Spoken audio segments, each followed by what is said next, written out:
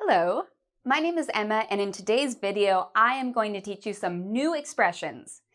These expressions all have the word all in them.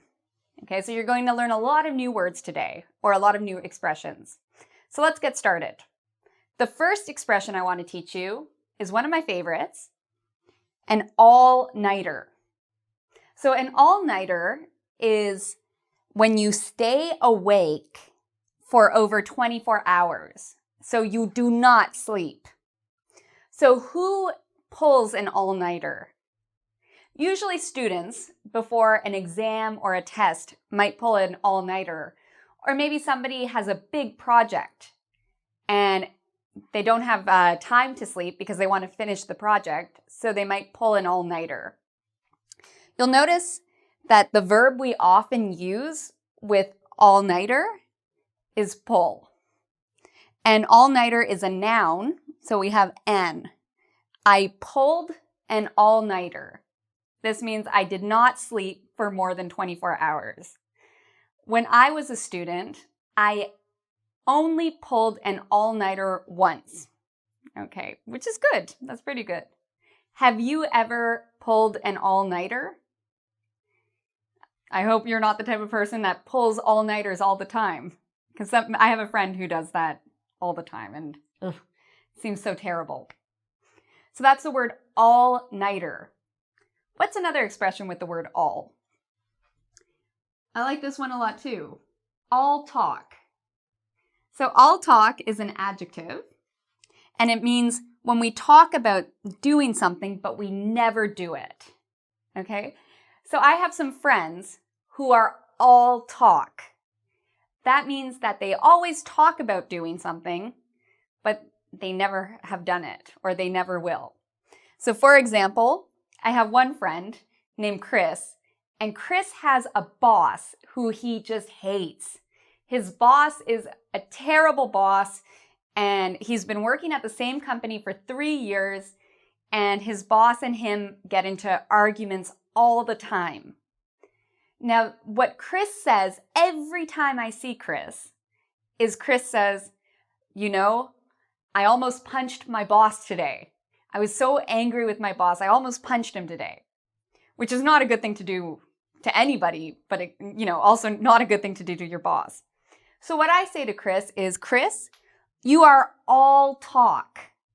You will never punch your boss. And that's a good thing. But all talk, Chris always says he's going to punch his boss, but he never actually does. Maybe you have a friend like this. I have another friend who says that, she's going to quit her job. She hates her job, and she's always saying, I'm going to quit my job, I'm going to quit my job. But she hasn't for a very long time, so you might say, you're all talk, okay? Meaning you're not going to do it. Another expression we have here is all for it. All for it means when you strongly agree with a decision or an action. So for example, I just told you about my friend who wants to quit her job. I'm all for it. That means I strongly agree with her to quit her job because she's so unhappy there. All for it. All for it is when we strongly agree with an action or a decision. Imagine you are at your friend's place and somebody wants to order a pizza. If you agree with this decision, you can say, I'm all for it. I'm all for ordering pizza. Okay? Maybe you want to study in Toronto. Maybe you're learning English and your dream is to come to Toronto to study English. I'm from Toronto, so what I would say to that is, I'm all for it. That means I agree with your decision. Okay, so these are just some of the ways we can use all for it. Let's look at some other examples of expressions with all in them. So our next expression is kind of interesting because it has the word all in it twice. All in all. All in all. So what does all in all mean? Well, we use it to mean everything considered, or it's another way to say on the whole.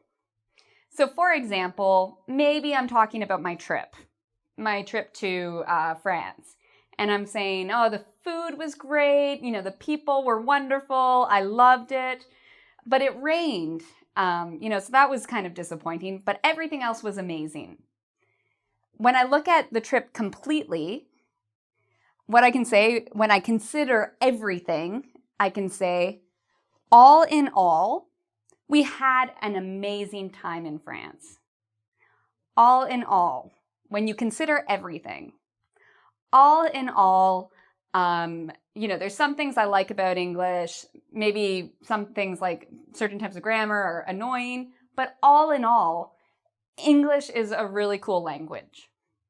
Maybe you agree, maybe you disagree, that's okay. All in all, when everything is considered.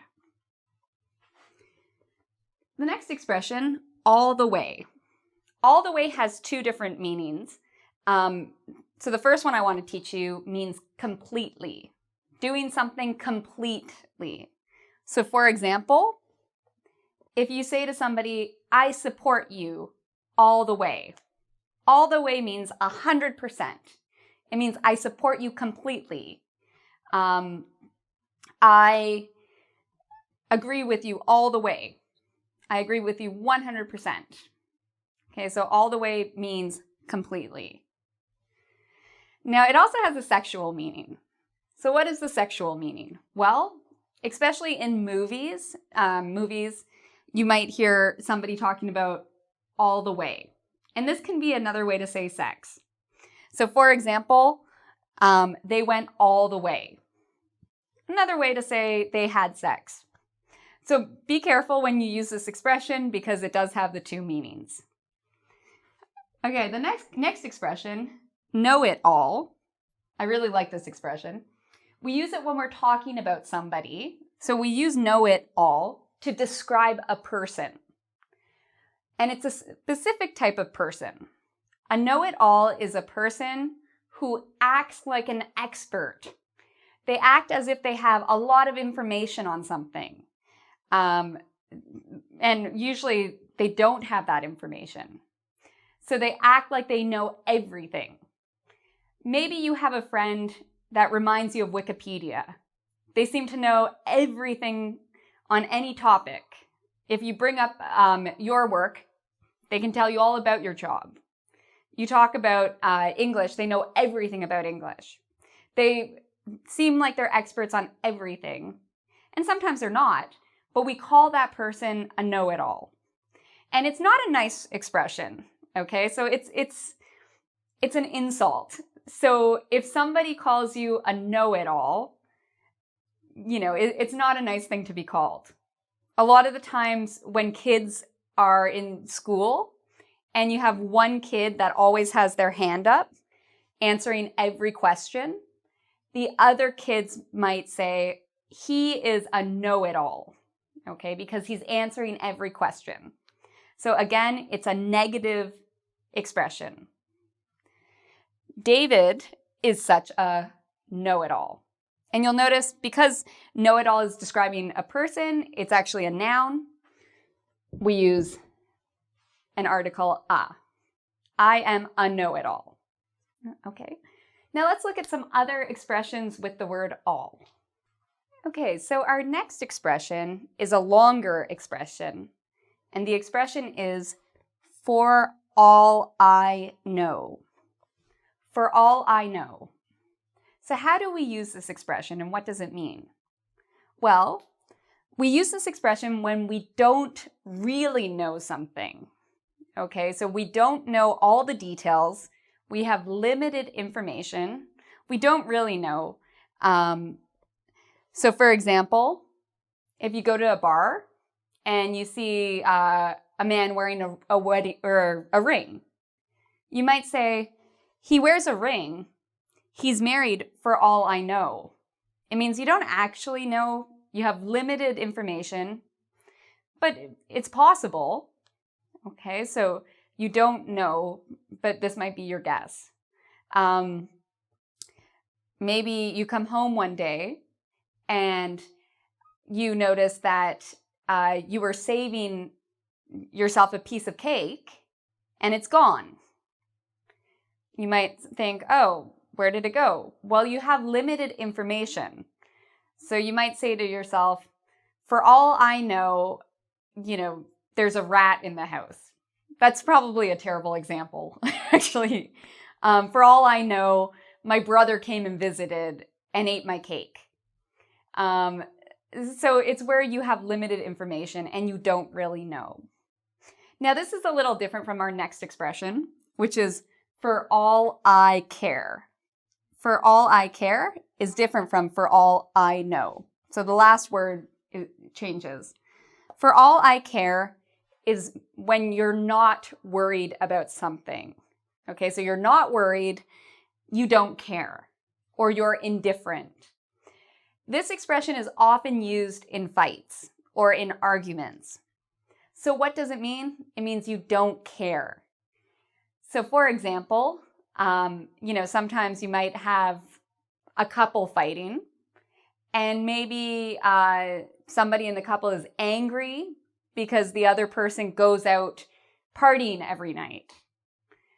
One person might say, you can stay out until 2 a.m. for all I care, meaning I don't care if you stay out late.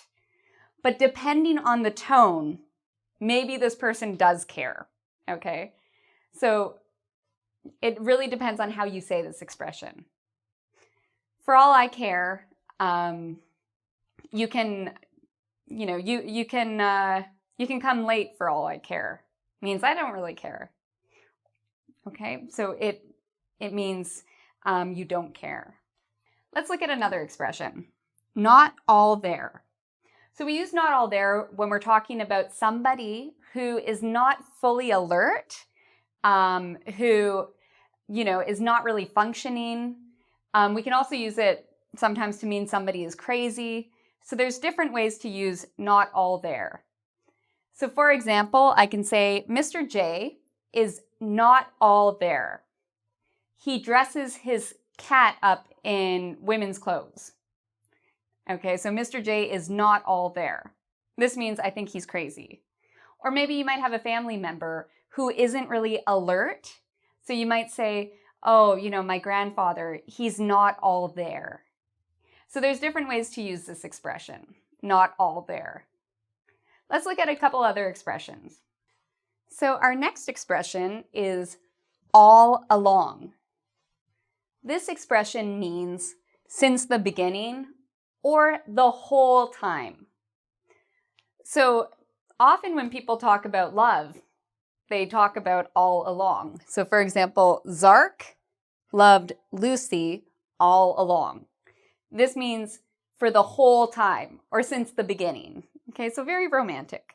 But you can use the expression for other things too that aren't about romance. So for example, I knew it all along. We often say that when we have a suspicion or we think something's true and then we find out it is. We can say, I knew it all along. Okay, so again, it means the whole time or since the beginning. I knew it since the beginning. I knew it all along. Okay, so what's another expression with all? Once and for all. Once and for all. What does it mean? It means for the last time. Okay, so this has a very strong sense of finale. It's for the last time. So I watched Usain Bolt run on TV, and it was his last race. And Usain Bolt wanted to prove he was the fastest runner once and for all. This means that he wants to do it for the last time. He doesn't want to run anymore in these races. He wants to show this for the last time. Okay, so once and for all, for the last time. Sometimes people have problems in their lives and they want the problem to be resolved or to end. So I will deal with this problem for the last time, for once and for all. Okay, so for the last time.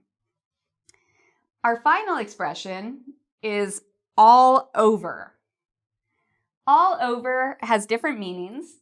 One of the meanings is we say all over to mean when something is done and there is no other possible outcome or no other way this could have ended. So for example, it's all over means it's done, it's finished. Sometimes it can be in a bit of a negative way. School's all over. I never have to go back again. It's all over. It's finished. It's done. The test, it's all over. Okay, it's finished. It's done. And a lot of the times it can be, there was no other possible way. So, imagine if somebody fails their test. They might put their hands on their heads and say, oh my God, it's all over. Meaning, I didn't do well. There's no other outcome. Okay, so it has that sense of finale. We can also use all over to talk about when things or objects are in many different places. So if you go to somebody's house and their house is messy, you might see clothes all over the floor. Okay, her clothes were all over the floor. This means they were in many different places. Okay. There is, maybe if you go camping, you see a lot of bugs. There are bugs all over the place. It means that they're in a lot of different places. So we use all over for different meanings. These are just two of the ones that you've learned today. So we've covered a lot of expressions today. You should feel very proud of yourself for learning all these new expressions. Now, what I want you to do is visit our website at www.engvid.com, and there you can actually do a quiz to practice everything you learned today. This will help you to remember these new terms and new expressions. I also invite you to come visit to come subscribe to my YouTube channel, because there you can actually find a lot of different resources and videos on so many different things, including pronunciation, writing, listening, vocabulary, grammar, and much more. So thank you so much for watching, and until next time, take care.